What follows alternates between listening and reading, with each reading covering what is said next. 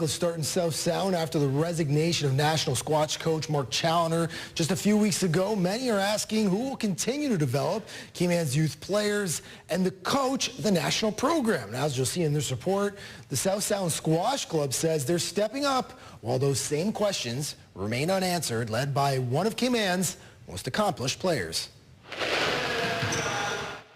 As a handful of junior squash players, both new and old, took to the court in South Sound Saturday, new club manager Marlene West says they're taking the reins of Cayman's youth program in absence of a national coach. Juniors are the heart and blood of any sport. Once you get juniors in, get them enjoying the sport, then you ensure the longevity of the sport.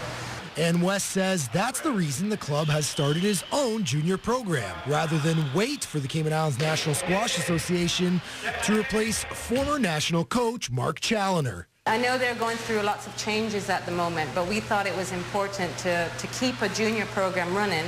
And once CINSA is back on their feet, we're more than happy to work with them, and we always will be happy to work with them to keep something going. But who better to mold Cayman's youth squash players than a woman who's won medals around the region for decades? West says the club is hoping CINSA will agree to this very arrangement. In an ideal world, I'd like us as a club to maintain the junior program, and the national body pulls from that to make a national squad.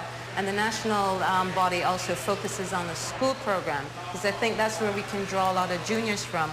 And in the absence of a national coach, West says they're taking on the school programs as well. The club is facilitating that at the moment, so we're still allowing the schools to come through. The idea of that is to try and help them as much as possible whenever the PE teachers come.